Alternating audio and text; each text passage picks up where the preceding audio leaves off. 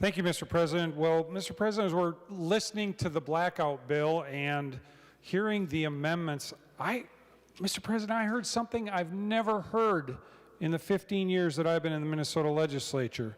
I heard a legislator say that they aren't going to take an amendment because it changes the wording. Now, Mr. President, we've had a number of bills here, and the majority, in their extreme pursuit of their extreme agenda, seems to not be interested in any amendments we bring. We've offered dozens of amendments again tonight to this blackout bill.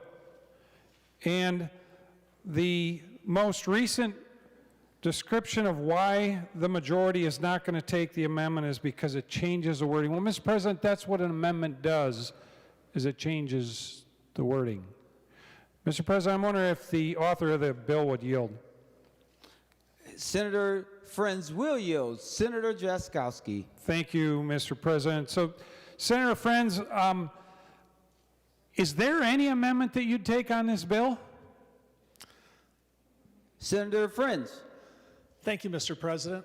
And first, Mr. President, I should have corrected my remarks. What I meant to say is this amendment changes the language, and I think the better approach would be to reject the amendment and stay with the underlying language. But I didn't say that, so now here we are. To your question, Senator, I haven't heard an amendment that I'm taking yet. Thank you, Mr. President. And may I request a roll call if there is an amendment, but there isn't. Senator Drazkowski. Thank you, Mr. President. Well, I think we heard him, Mr. President. He's ready to request a roll call. And we brought dozens of amendments to this bill again here tonight. It's obvious, Mr. President, that the majority came here today and tonight with the preconceived notion that they aren't going to take amendments. I mean, we have brought some amazing amendments forward.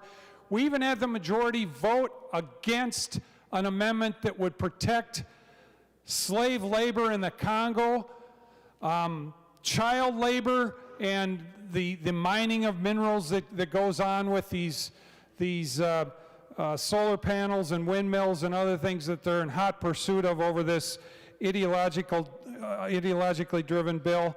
But there's not a single amendment they'll take. Mr. President, it is, we're going to third reading, I'm sure, but it really is a sad day in Minnesota. Thank you, Mr. President.